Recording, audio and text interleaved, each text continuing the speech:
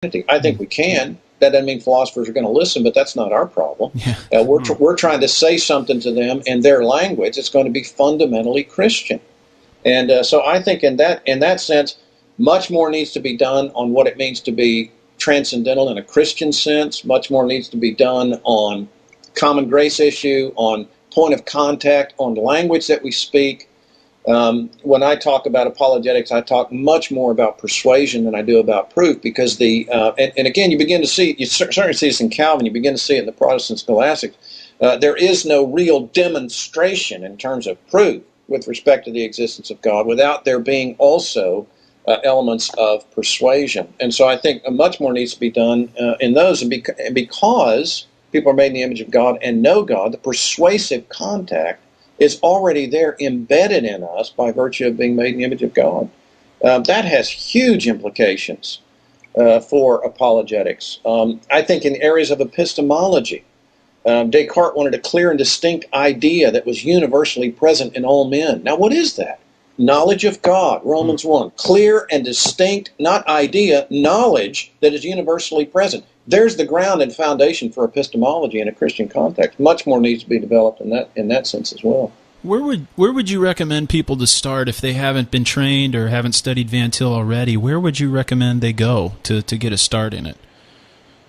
Well, I think this book has to be the beginning point. I think if you can, and I'm going from my own experience here, this is where I started. You start with Defense of the Faith, and I think if you can pick this up and read it and reread it and reread it until you get it, until it clicks, then perhaps pick up Bonson's Reader, which is a compilation of most of Van Til's works in a more systematic format, and read Van Til in that context. I think once you begin to do that, then the world just opens up, and there are a multitude of things you begin to write on and think about with respect to his apologetic methodology and how that relates to Reformed theology specifically.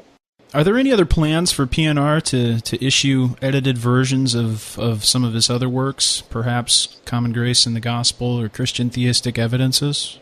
Yeah, I've tried to communicate with them on that a couple of times, and for one reason or another, maybe because I'm not a good communicator or something, I'm not getting to the bottom of this. But I've told them what I would like to do, if they were amenable to it, is next do Common Grace and the Gospel, and then I'd like to do Survey of Christian Epistemology. Both of those crucial central books in Van Til that I would encourage people to pick up after Defense of the Faith. Certainly Christian Theistic Evidence is huge today, given the kind of rise in evidentialism, and I think that one ought to be done as well. So hopefully they'll continue to do this, and we'll be able to get those books out.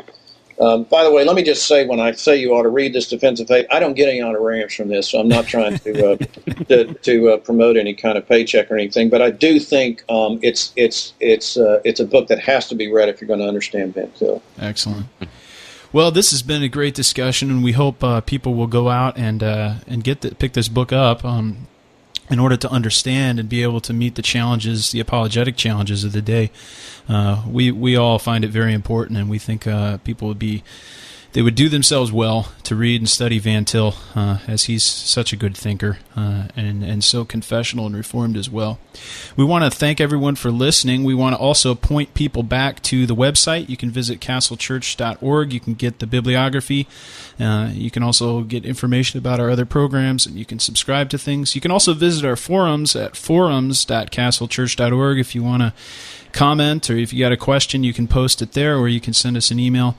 And also, one more thing I want to announce: we're debating on starting a book review or a media review program. So if you have any reviews you'd like to submit in audio form, or if you would like to talk with us about any books you've read, and you would be willing to record something in audio form about that, please get a hold of us. You can email us at mail@castlechurch.org, or you can visit castlechurch.org/contact, fill out the form, and we'll get it. We, again, thank everyone for listening, and we look forward to having you back next time on Christ the Center.